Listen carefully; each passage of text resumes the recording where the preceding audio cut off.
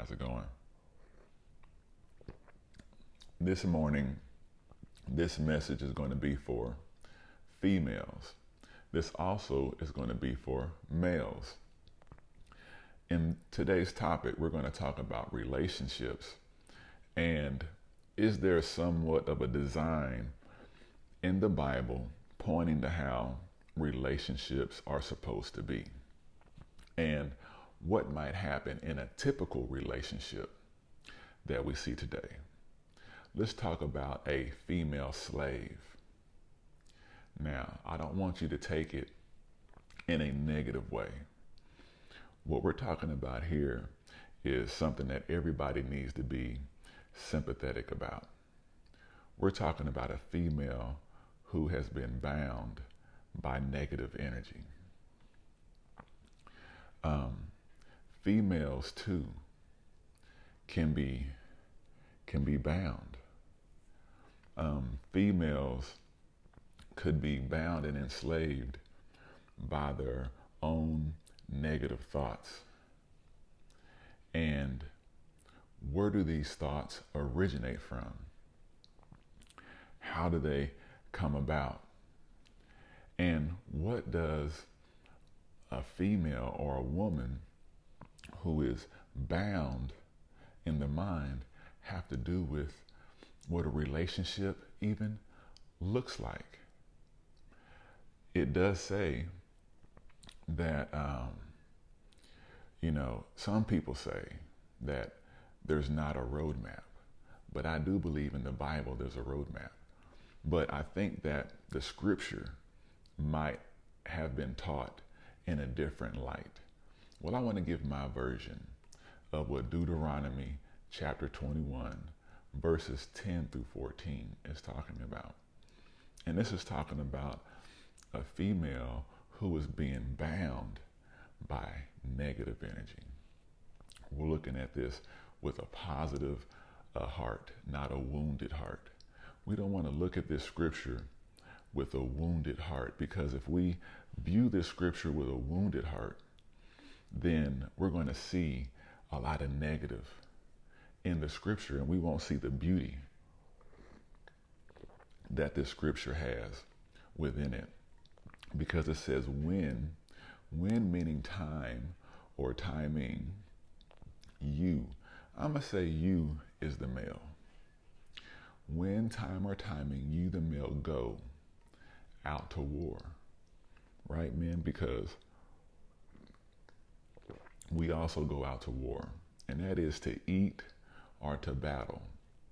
We're going out to war to eat or to battle or to devour against, right, your enemies, your personal enemies. Now, what do we know about your enemy? Men, what do we know about our enemy? When we go out to battle, right, and we go to battle against our enemy, there's a scripture that says, be sober, be vigilant. And this is talking to men. Men, be sober, exist sober. Exist being vigilant, because your adversary, your enemy, right? Your enemy, the devil.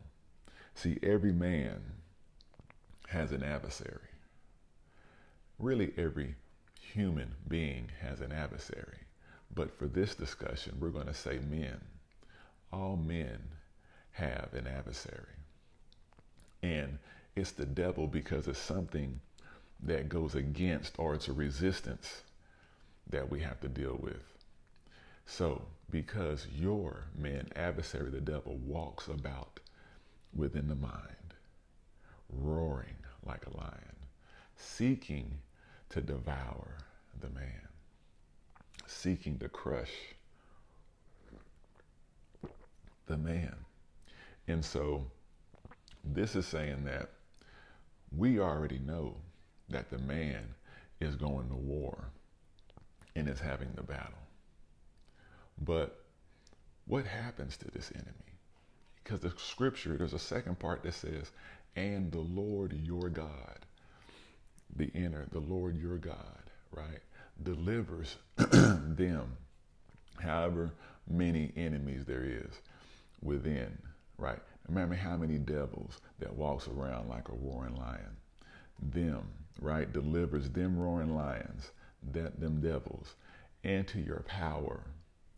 And you, the man, take them captive. That means that you have taken control over the enemy. You have now devoured the enemy. The enemy no longer has power in your life. This is talking about that man.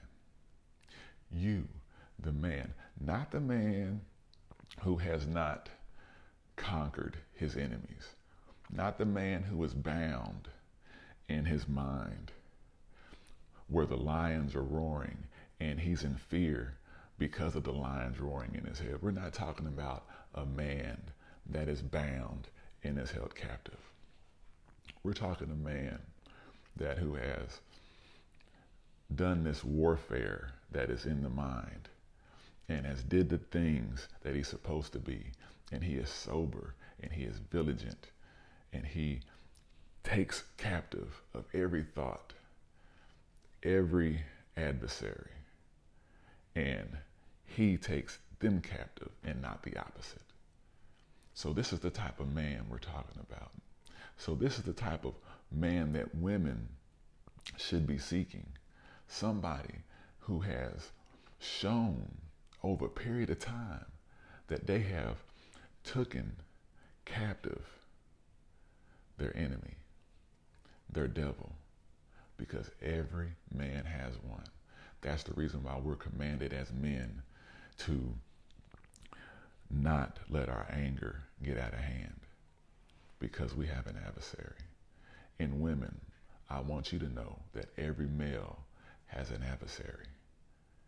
But the thing that you don't know, unless you are around them over a period of time, is if they have that adversary bound, or if they're bound by that adversary. So we're going to take that as a tip, because we're going to go to 2 Corinthians chapter 10, and we're going to go to verse 5, or we're going to read verses 4 through 6, and it says, for the weapons of our warfare are not carnal. So this war, this battle that's going on, that's talking about there, we're talking about a mental battle, but mighty in God for pulling down strongholds, casting down arguments, and every high thing that exalts itself against the knowledge of God. And every human being has the knowledge of God, and we cannot exalt ourselves above another human being.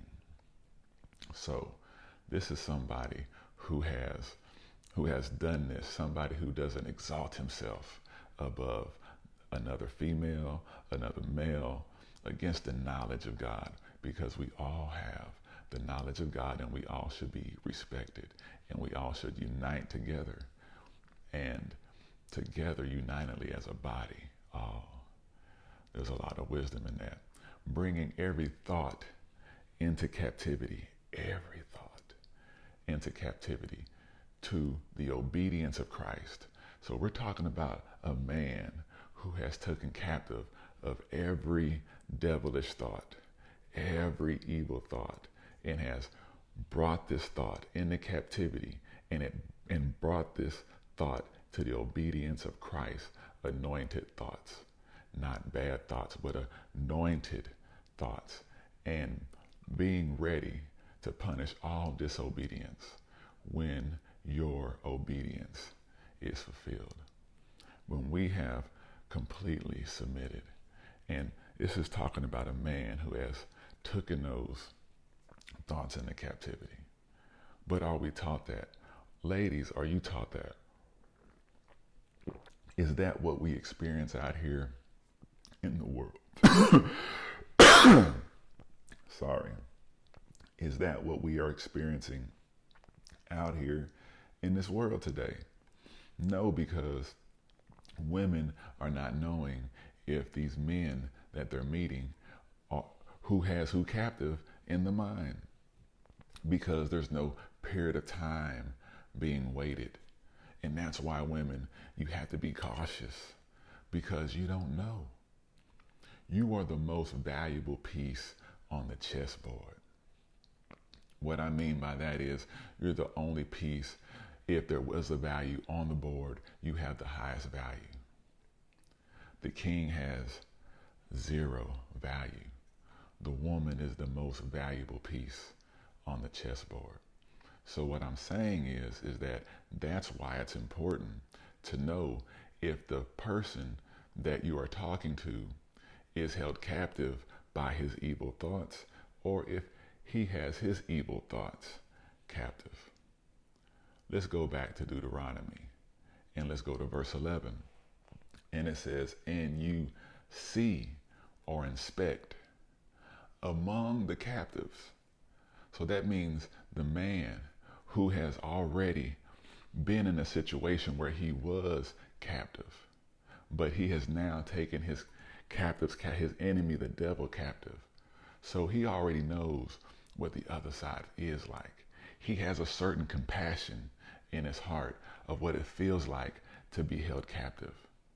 But he also knows the freedom of what it feels like to have his evil and demonic thoughts and his ways held captive, where he can actually anoint those thoughts and he can change the bad feelings and thoughts in his mind, and he can send out blessings toward the world and bless the world and anoint the world with goodness.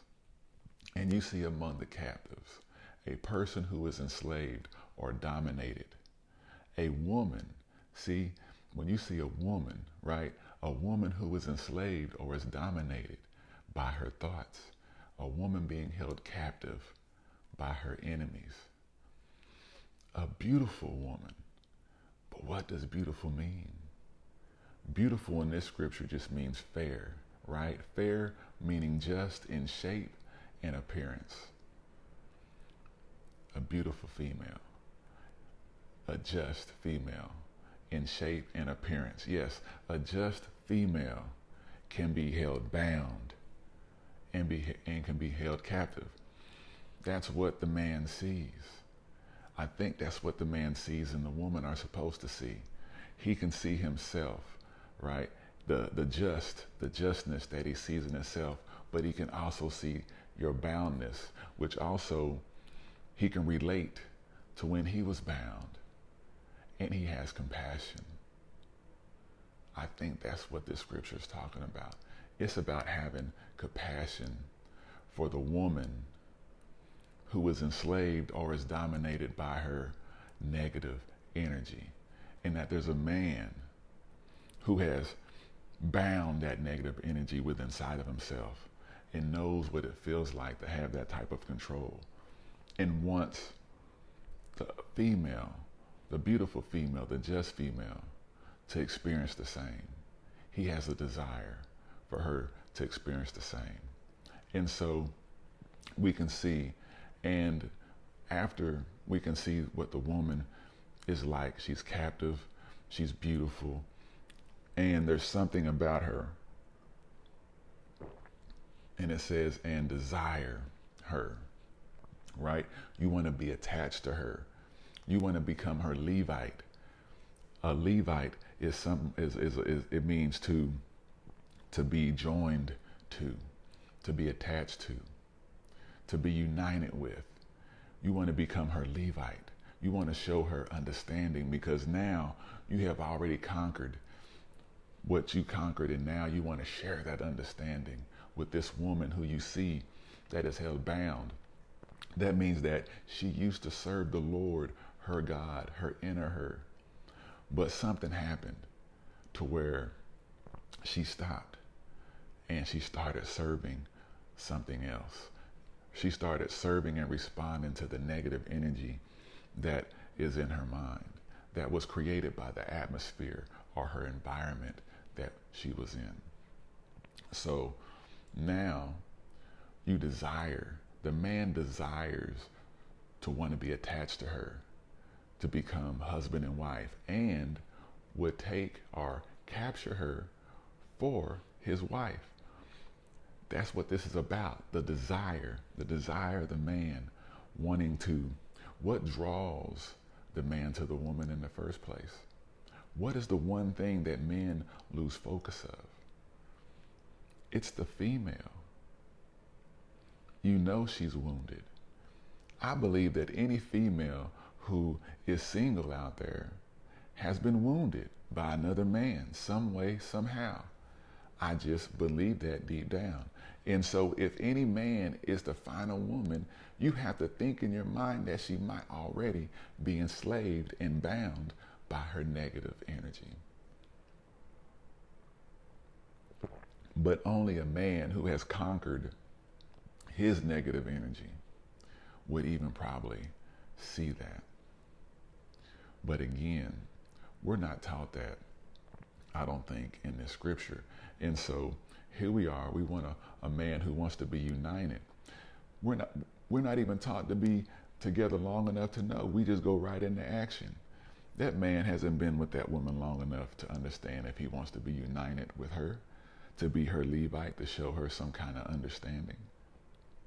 But as a result, in verse 12, it says, then you shall bring her right home to your house. Your house. That means that this man has already, the one who has captured his demonic or bad thoughts and has bound them and has control over them, and not the opposite way around. He has a place already. He's not living with the female like that. This man is already ready. He's already planned for the future. He has already left his mother and father's house, most likely, and has now created a home because he desired to want to bring somebody in that home. So we're talking about a planned man, ladies. Now we know what we probably need to be looking for. We need to know if that man has got his devil in control, someone who has his anger in control. Then you shall bring her home to your house, and she shall, ladies, shave her head and trim her what? I just went to the beauty bar. What? Nails? Because nails also represent hair. They got, the hair and the nails, vitamin E, right? So what the purpose is this for? Because this is definitely a switch in the game. Shaving your what? Being bald? Let's don't look at this with a wounded heart. Let's look at this with a healed heart. Somebody who has had the devil captured, right? Who has the devil bound. Let's listen and see a positive spin on this shaving of the head, because it's deeper than what you think. And so let's just go with the idea. Let's say in 1 Corinthians chapter 11, verses 5, but every woman who prays or prophesies, right, with her head, let's say her Lord, her God, uncovered, unprotected, dishonors her head or her Lord, her God, for that is one and the same as if her head was shaved. See, if a woman is bound by negative energy, then doesn't she need to shave her head, right? Get rid of the old and get down with the new, a new covering. Wouldn't she want to shave the head? Wouldn't that be, that would make sense, right? Wouldn't you want to discard the thing that was holding you captive, right? Your head. Because if you have swapped your head, the Lord your God, for another head, a fake image, right? Then you want to shave that off. You want to destroy that headship. That's what this is about. It's deeper than that. It's deeper than the hair. It's about destroying what's covering you. And at that moment, what was covering the woman was negative energy. And now that this man has brought this man that has captured, this man that has planned, that has brought this woman right now, she has to personally shave her own head. The man doesn't shave her head. It doesn't say the man has control over that. That is the woman's responsibility to get rid of her negative energy. Now, has uncovered, right? But every woman who prays or prophesies with her head, right, uncovered, dishonors her head, for that is one and the same as if her head were shaved. Now, people are going to say that's talking about the husband. I know that as believers, we are the female, God is the male. That's just kind of how that goes. So that's the mindset that I'm looking at this as. Let's go to Leviticus chapter 14, verses 8. And it says, he who is to be cleansed shall wash his clothes. He. So he, mankind, right, male or female, shall wash himself in water, that he may be clean. After that, he shall come into the camp and shall stay outside the tent 7 days.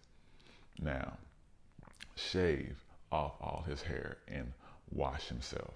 So he who is to be cleansed shall what? Wash his clothes. It's the woman's responsibility. It's his responsibility. Shave off all his hair. It's the woman's responsibility to get rid of the negative energy and to wash himself in water. It is the woman's responsibility to cleanse herself. But the man is giving her the environment to do it in, and is protected by the man so that she can go through this process, so she can be cleansed again, because this is actually a spiritual matter. So let's go to verse 13. She shall put off what? The clothes of her captivity, right? That was her glory.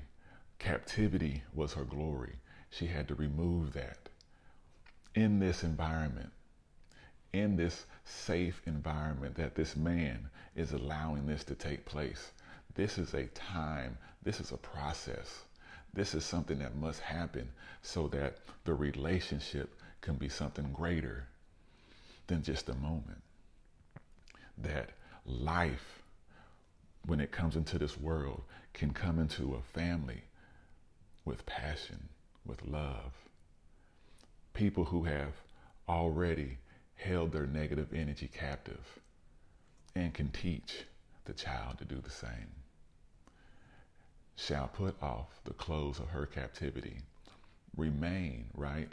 Remain in your house. Remain in the house. You who have taken your enemies captive. That person, that house, not no other house. And let her mourn her father and mother, right? A full month. This is after the shaving of the head. We don't know how long that it takes to get rid of negative energy. You don't know how long that woman has to be safe and feel safe in that environment to get rid of that negative energy.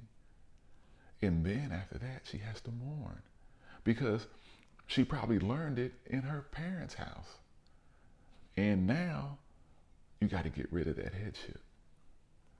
You got to get rid of that negative energy, even if that's staying away from the people who brought you into this world, because your peace is more important. Your connection between the Lord, your God, is more valuable than the people who brought you into this world. So she is to mourn. You have to let her mourn that. You got to let her get that out, because at the point of shaving of the head and all that stuff, there's probably a breaking that happens within inside the soul. And you got to let that woman mourn. And it says her parents could have been, right, the head of her captivity. Could have been. Now she is removing her what? Old hair. old wineskin so that she can what? Be covered again with new hair, new wineskins. After that process, right? After that, it's a process. You may go into her. See, then you may build that relationship. Other than that, you ain't even messing with her. You're not even doing anything. You letting her go through this whole process by herself within your home that you have created. Ladies, you have to have a safe environment. The Lord your God has designed it so that you are protected all the time to have a safe environment. There is no harm that should come to you at all. After that process, you may go into her and be her husband. After that, not before. Not before the process. And she shall be your wife. This is what this union, I think, is about. And we read verse 14, and it shall be if you have no delight or no desire in her. Why? Maybe because of the man's enemies are loose. And maybe now he doesn't have them captive. And so now there's no desire because he is being held captive by his enemies now. But what should happen then as a result of that, if the man has no longer has his enemy in control, then you shall set her free. The man shall set the woman free, not bound, free. But you certainly shall not what? Profit or sell her for money. You should not be trying to gain anything over that female. She is free. She is no longer within your control. Right? Right? Because why? Because it says you shall not treat her brutally. Treat her as if she's a slave. No. So women, if you are not with that man, the Bible or the Lord, his God, says that you are free. He knows you are free. You have to know you're free. The Lord your God has designed it that way for you not to be bound by anybody but the Lord your God. Not even the man, if he has stopped keeping his enemy bound. You were not supposed to be in that environment because now your protection is at stake because of the mentality that he had. You don't have to go back being captive like you was when you was held in bondage by the belief system that your parents created. You don't have to be bound again by his belief system. To treat as a slave like her parents might have because you have what? Humbled her, or you have mishandled her. You have mishandled her because you have lost hope, man. The man has lost hope, not the woman. Again, the woman is set free. She is not bound by anything. So, to all females who are not in relationships who probably feel guilty, you are free. You are free. You are not bound. You should not be held by any guilt. It was his fault. It was him that went back against his love for you. It was him that was dishonest.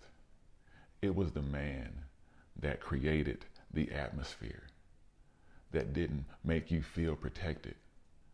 What was he willing to sacrifice for you?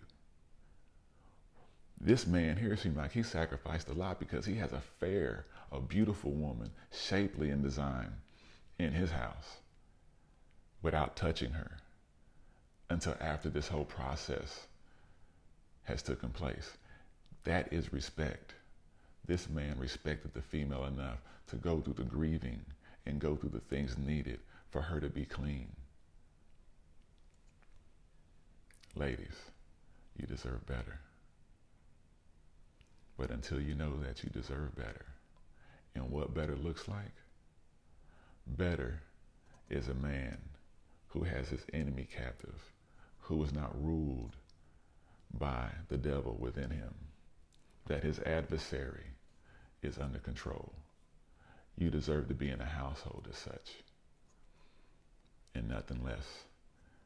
Your Lord, your God, wouldn't want it any other way. Thanks again for listening.